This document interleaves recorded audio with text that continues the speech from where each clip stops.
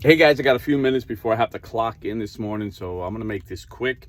Um, just a heads up, I got some really good Catholic apologetic videos defending the Catholic faith, primarily against my old Protestant friends, our brothers and sisters who don't agree with the Catholic Church. And I've been wanting to do them more than anything. I got the notes, I got the Bible verses, but it's a deep dive into the scriptures, so it's going to take a minute, so I have to do it on the weekends, and it seems like everything's popping up. I was thinking of doing it last night when I got home from Muay Thai class, but after I took a shower, I did not have anything left in me to to go for an hour in a deep dive. So Lord willing, tonight maybe I'll have the energy. If not, subscribe, and I promise you we're going to get some good Catholic apologetics this weekend at the latest.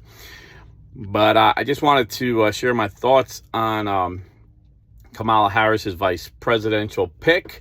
So my last video, I said, the way the Democrats run things, like the old Soviet Union, they have their party bosses, they're going to pick their leader. And I said if the party bosses, the Democrats, were smart, they would pick Josh Shapiro, the governor of Pennsylvania, as the presidential nominee, and Gretchen Whitmer, the governor of Michigan, as the vice presidential nominee. But it looks like it's pretty much a done deal. They picked Kamala Harris, and I said it would be hard for them the party of identity politics, to jump over a woman of color.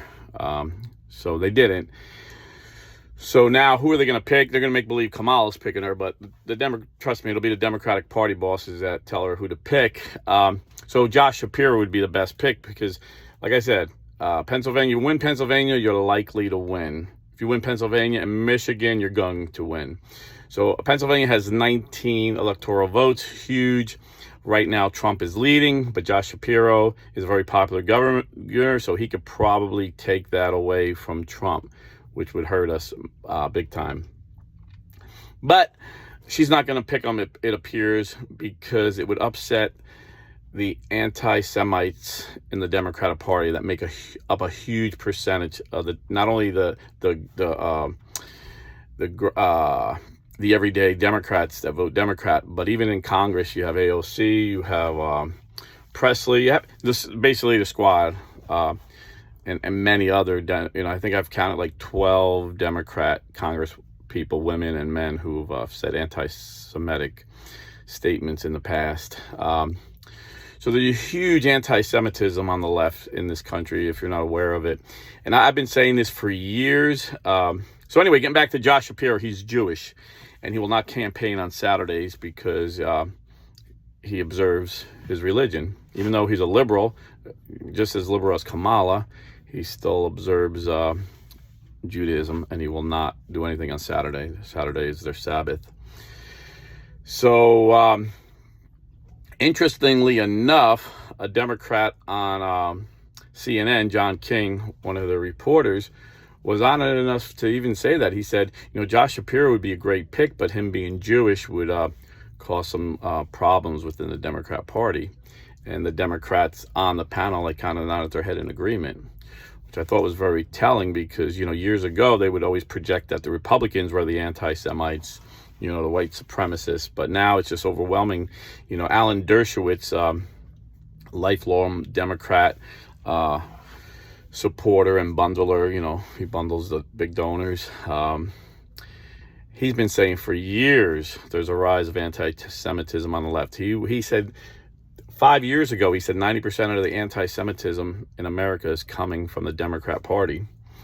And what's crazy is, like, we're accepting it like it's normal. When you have at Yale, Columbia, and Harvard these Ivy League students chanting "Death to Israel, death to the Jews, death to America," we don't think this is abnormal. When we see Ivy League students blocking Jewish students, not letting Jewish students go to school. Now, we're in summer break, so we're not seeing it as much, but before summer break, they were not letting Jewish students and Jewish professors into these colleges.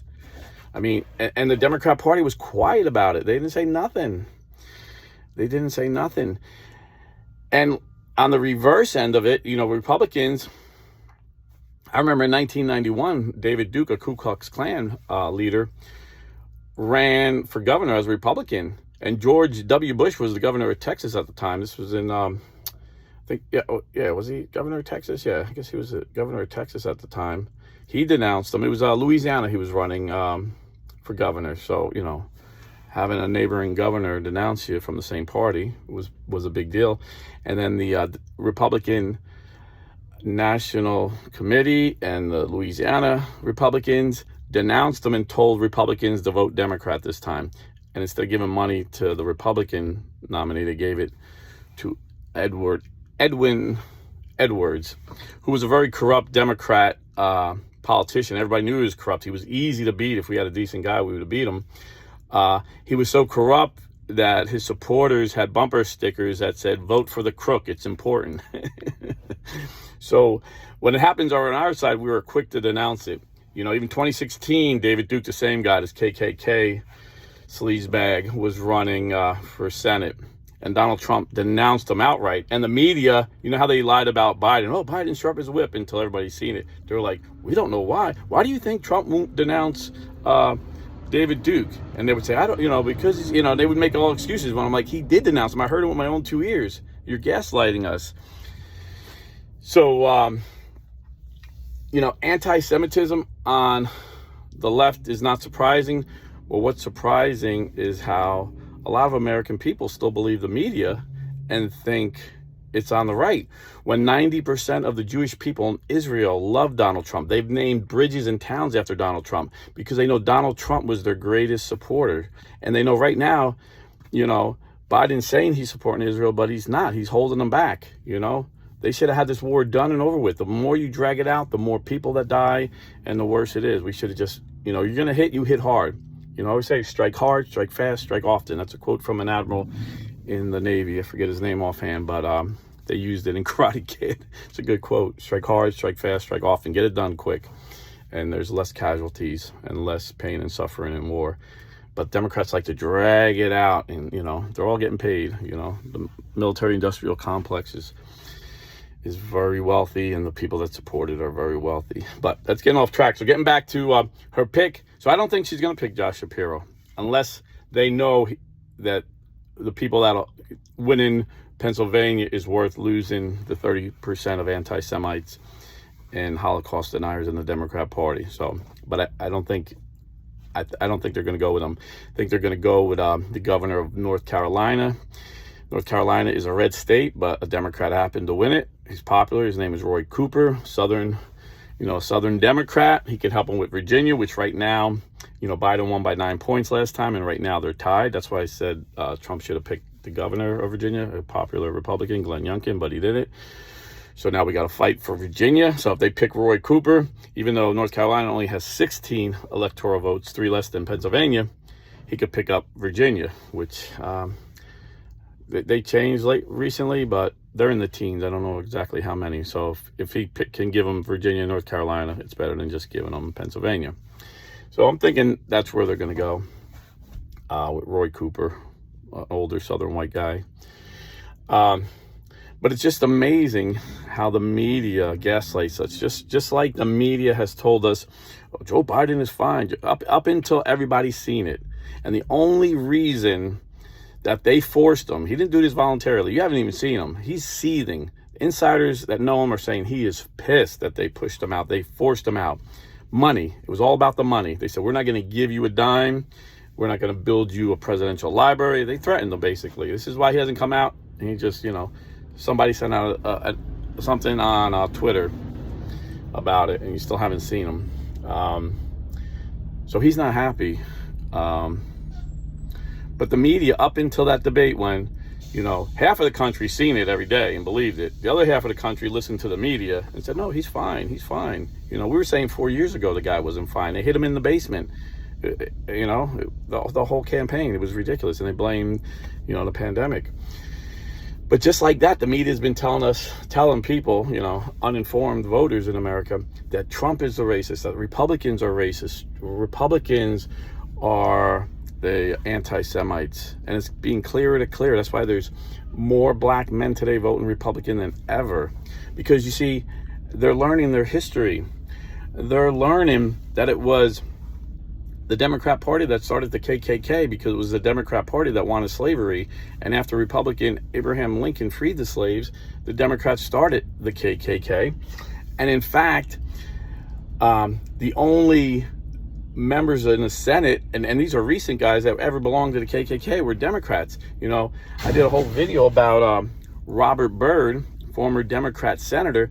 Not only was he a member of the KKK, he was a Grand Kleagle. And a Grand Kleagle is more important than a Grand Wizard. A Grand Wizard is like a leader. Grand Kleagle is a recruiter.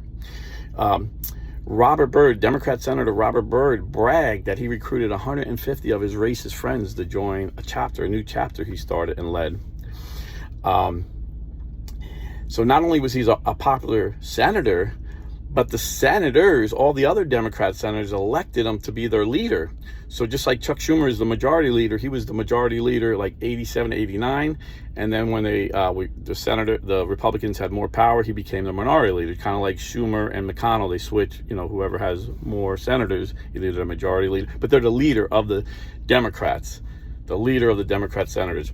So he was the leader of the Senate of the Democrats from 1977 to 1989. This is an ancient history. Imagine if a Republican was a former Ku Klux Klan member, you know. And even when he died in 2010, Joe Biden and Hillary Clinton at his funeral both praised him as a friend and mentor. They learned so much from him. Just like Bill Clinton praised Senator Fulbright at his funeral, saying he was my mentor. He was very close to Senator Fulbright. Fulbright was another member of the KKK.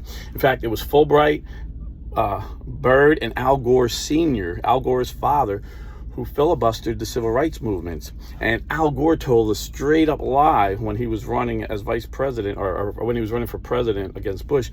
He said, my father lost re-election because he voted for civil rights. That was an easily provable lie. But back then the internet wasn't, you know, Al Gore just invented the internet. If you don't know that story, back in the day, Al Gore claims he invented the internet.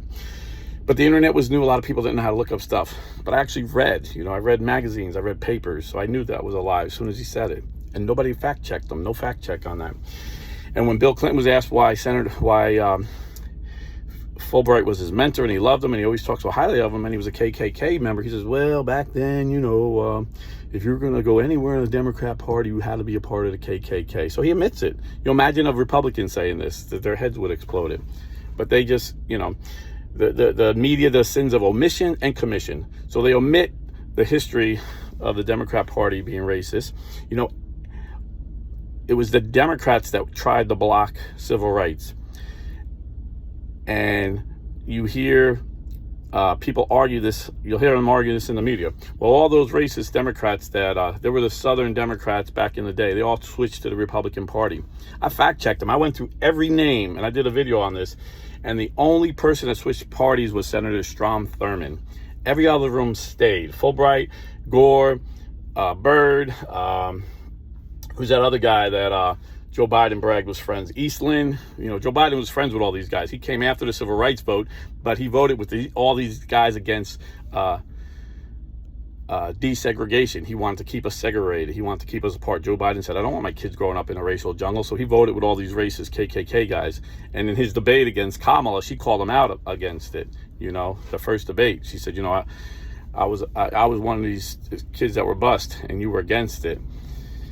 And you want to say you were friends with these guys. And he says, well, you know, I was just saying, you know, I could cross, you know, I can be friends with anybody. You know, I want to bring unity, you know. That's why he lost until they, you know, till they rigged it and gave it to him and, you know, gave him South Carolina.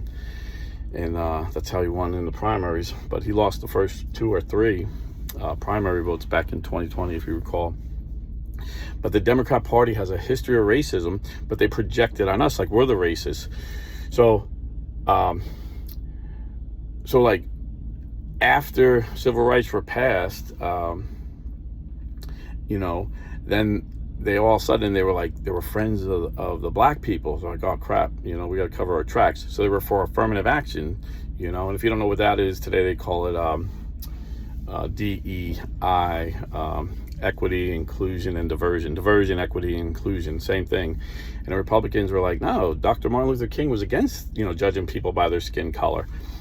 And if you don't know how that works, I'll tell you. When I got out of the Navy, I wanted to be a New York City cop, but you had to live there. So I didn't want to move. I wanted to stay in Jersey, so I didn't do it. But I looked at like what I had to do, and the written test, you had to pass the written test.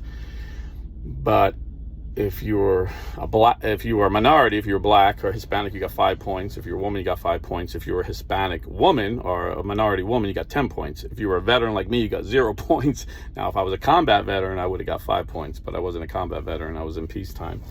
But that's how affirmative action works. And Republicans are like, that's condescending. You're saying the black people need help. They don't need help. They're just as smart as white people. They're just as strong as white. There's no difference. That's true equality. That's what we were saying. So they called us racist. And then, of course, right after that, Ronald Reagan becomes president, and he's against affirmative action. So, oh man, they called him racist. They called him Hitler. They called him a Nazi. They called him a fascist. So if you're new to politics, what they're calling Trump, they always call Republicans this. But the truth is, Margaret Sanger, the founder of Planned Parenthood, said she wanted to start Planned Parenthood because she wanted to exterminate the Negro race. And she said, what we'll do is we'll put these clinics in colored, she called them colored, in colored neighborhoods, and we'll convince them that killing their babies is really helping them. And her plan is succeeding. She's right now, today, 90% of Planned Parenthood clinics are in minority neighborhoods. And although blacks only make up like 12% of the population now, they get 40% of the abortions. And in New York City every year, more black babies are aborted than born. Listen to that again. In New York City every year, more black babies are aborted than born. The black race is actually declining in population because of this. So they should be up around, if they kept normal birth rates, they should be up around 20%. But because of the Democrat policies, they're down around 12%. Might be 14%, 12. It depends what you look at, but it's definitely lower. They're in decline. They're not increasing in the amount of people that are born here. So this is the Democrat Party. They're no friends to the blacks. They're no friends to the Jews. In fact, it's their policies. And I'm not saying every Democrat, and we got to get away from this. They're our enemy. Most Democrats don't know all this. They think their policies are, their intentions are good. They're just misinformed because the media is 99% Democrat by their own admission. That's the print media, that's the television media, and that's the tech media.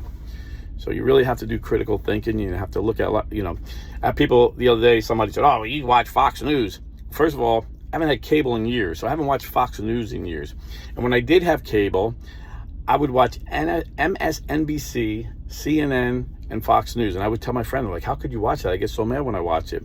I'm like, I like to watch 2/3 of what the enemy is saying, my opponents are saying, because they're so biased. I know what their arguments are, so I know what they're thinking, Now I get most of my news online. And usually a day late, you don't get much live. Sometimes you get a live feed, and I do the same thing. I look at, I have apps, they pop up like alerts from Huffington Post, as far left wing as you want to go, Salon.com, as far left wing as you go, CNN, NBC, ABC, all these far left, and I'll have Fox alerts too, but Fox you got to pay, so I really don't get to see too much Fox. I got to go on to Newsmax or Breitbart to get the balance of these left wing. But I'm watching mostly left wing, but I'm smart enough to listen to what they're saying and read between the lines and then research what they're saying. And 90% of what they say is lies by omission or commission. Before I go, I got to clock in here in a minute. I don't want to be late. But I wrote something else down I wanted to share. I don't know. Oh, yeah, that's what it was. So, interesting fact, you won't hear the media talk about it. Out of all the presidents we've ever had, President Trump is the only one that doesn't have a slave owner in his lineage. Kamala Harris is a direct link to a slave owner. Her great-grandparents in Jamaica, so it's not that far down. Hamilton Brown, her grandfather, was the largest slave plantation owner in Jamaica. He owned over 1,000 slaves. And you say, well, what's that matter? She doesn't own slaves. That was years ago. Well, the left is always talking about reparations and white privilege, because we got privilege because slave owners. Her father was wealthy because of her grandfather's slaves, and her father was a Stanford University professor. They make like $500,000 a year, these professors. And it's interesting, in fact, her grandmother was Irish. She immigrated from Ireland to Jamaica and married her grandfather.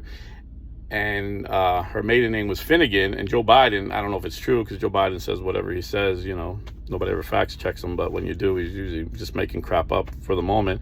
He claims his ancestors in Ireland's last name was Finnegan. I thought that was a little interesting. But so Kamala Harris has a direct link to slave owners, very close, So she's Irish, Jamaica, and I think she has some Indian in her, But the media will say she's the first black woman nominee for president. So there you have it. Again, I'm gonna get back to Catholic apologetics, but if we're gonna debate our Protestant brothers and sisters, our friends, I have friends and family that I love, that I know love the Lord and are great Christians, but we just disagree theologically. You got to show them it in the scriptures. So I can't be doing it in my truck when I'm about to clock in and go to work. I got to be at home and show you the scriptures, and we exegete it. We don't eisegesis. We do exegesis. The difference is exegesis, you see what the verse means. Eisegesis, you already have a presupposition, your philosophy, and then you put it into the scripture. And a lot of people do that, and they cherry pick scriptures to come up with their theology. We don't do that as Catholics. We read the Bible in context. So this weekend, Lord willing, or maybe one night this week, if I have some energy after Muay Thai, I'll try and do it. But just know your fellow Americans aren't your enemies. They're just misinformed. So get as much information as you can so you can inform them how to vote. Because as Catholics, we got to vote pro-life. There's no ifs, ands, or buts. And the Democrat Party is the most pro-abortion party ever, and more so now with Kamala.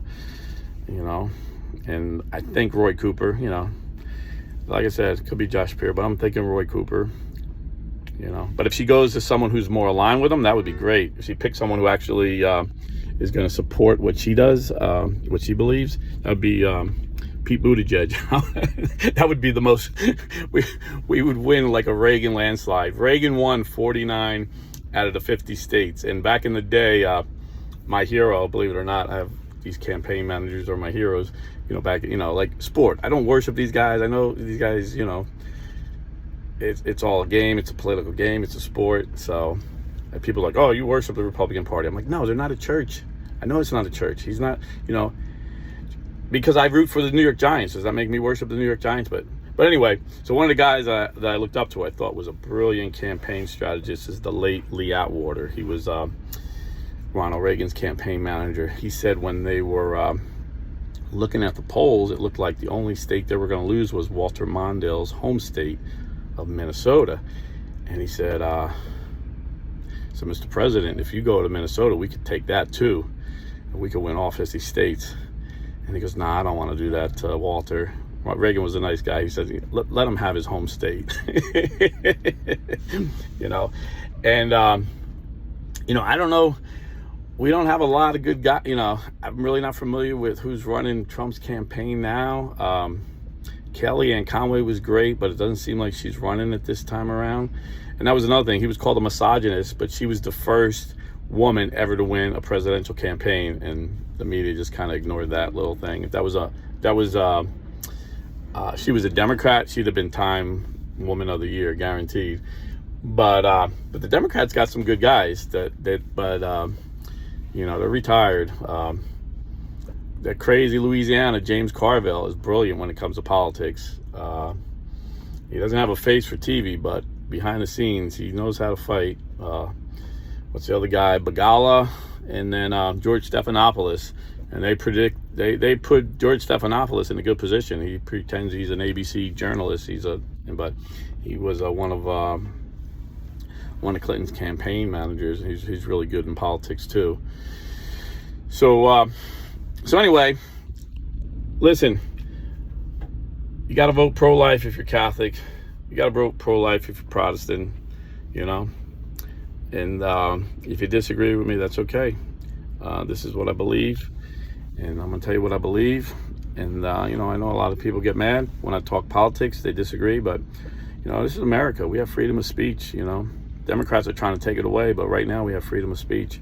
So I'm happy I can speak to you. And like I said, if you're more interested in Catholic apologetics, you know, don't watch my political videos. But if I can humbly say, I think I got some good arguments for our Catholic faith coming up. And Lord willing, I'll get it done this week at night. If not, it'll be Saturday morning probably. I'll wake up early, have a pot of coffee, and make the video. So God bless and stay Catholic.